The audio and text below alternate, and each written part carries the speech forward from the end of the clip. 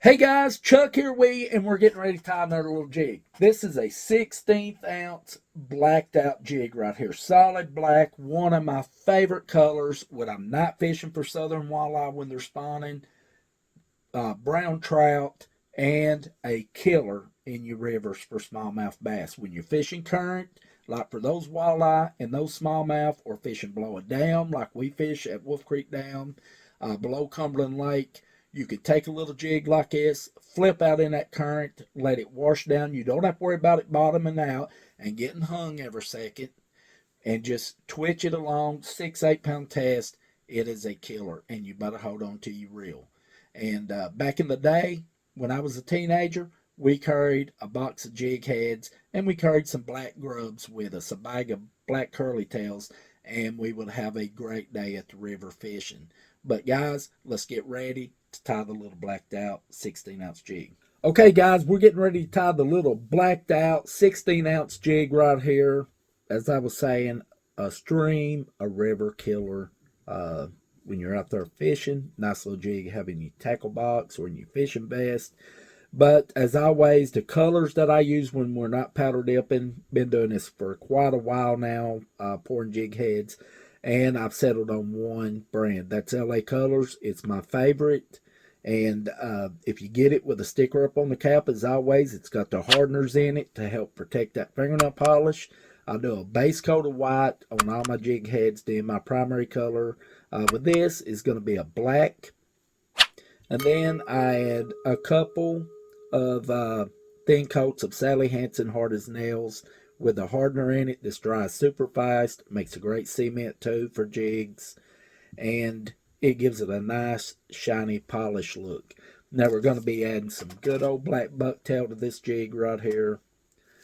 We're going to be adding some fluff off the back of these feathers right here for a kicker off the back for the tail. And some black flashing. And this is going to be a blacked out jig, so everything's blacked. And some Dansville. This is an A black thread. I ain't had my coffee this morning.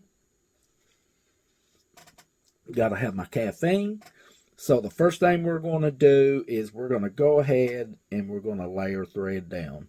Now I like running it right back to the tip of the hook, and when I hear it clicking on the tip of that hook, I will bring it back about a quarter of a way back up.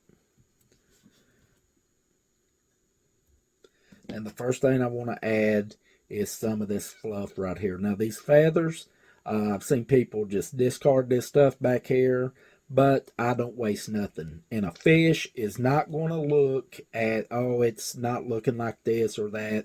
They see that action in the water, that movement, they're going to go over to eat it. And little fluff like this right here makes a nice kicker off a back, especially like a quarter, an eighth, a 16 ounce jig. This is excellent for that. So I'm going to pick a little piece of this off. There we go. You can see that little bend in it right there. That ain't going to matter to nothing. Or it ain't going to matter at all, that is. And I'm going to tie this in kindly pointing up. It'll be pointing up just like that when I got that jig. But when it goes in that water and you're popping it along, swimming along, it's going to just make that tail action. And it's just going to make that jig come alive. And I'm not going to pluck none of the feathers off up here. I'm leaving them right on the stem of this feather right here. And this may be about the size we need. I want it to kick back about an inch off from the bend of the hook right here on such a small tie. That looks pretty good. So I'm going to let it stem right to the side, and hopefully it'll roll right over to the top for me. I'll put about 3 or 4 turns in it. And then at this point you may need to adjust it some, which I need to twist it over. That looks good right there. And then I'm just going to pinch and hold that stem into place. And I'm going to give about several wraps back. And then I'm going to bring it right back up to right behind the jig head right here. Right there. That looks pretty good to me. And now it's time to add some bucktail to it. And we're just going to pinch us off about like a pencil, a number 2 pencil or so. Measure them up here. This is some long hair, so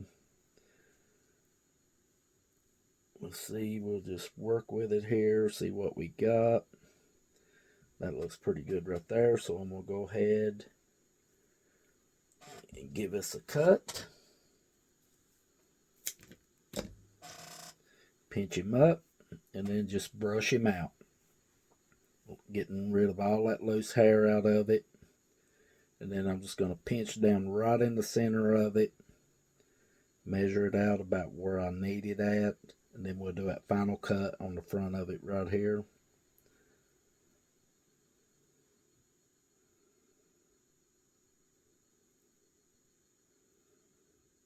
Right there looks pretty good. So I'll go ahead and remove this front excess of it. Pinch it back up. Remove some of those loose hairs out of it. That looks good right there.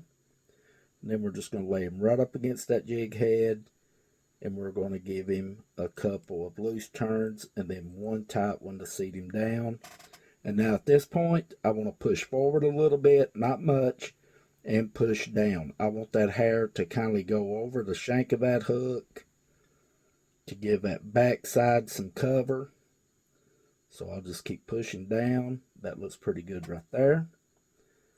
And then I'll just do some tight wraps right up toward the head of that jig there, and then back about halfway. That looks good right there. Now we're going to add our flashing to it. And we will probably add about 3 to each side where this is a smaller jig. So I'll just take my flashing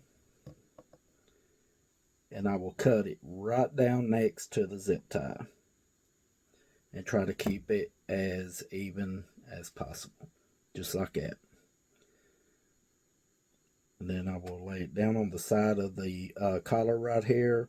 I want it to go back to right to the end of that bucktail right there. That looks good. And then we're just going to give him about 3 or 4 turns here. There we go. And then we're going to take the excess and we're going to go over top of the collar. And sometimes this can be a little tricky. But we're going to go over top of the collar, lay it down the side of the jig, pinch it in, and then we're going to give it about 3 or 4 tight wraps. Look at it there, that looks pretty good. And then we're going to work on the collar a little bit. We're going to go up toward the head. If there's any loose hair sticking out back here toward the head, that's no problem. Then we're going to go down about halfway, back up toward the head, once down to the main end, and then right back up, and we are done with this. Now we're going to go ahead and give this 5 turns here, whipping it. There we go. And then I'm going to take my finger, wrap around my thread, but don't break it, and just seat that down good. Now you can use the Sally Hansen as you cement, but I use Loctite super glue. But first I want to go ahead and get my flashing here. I want to pull it back and I want to cut it right back at the end of that bucktail, just like so.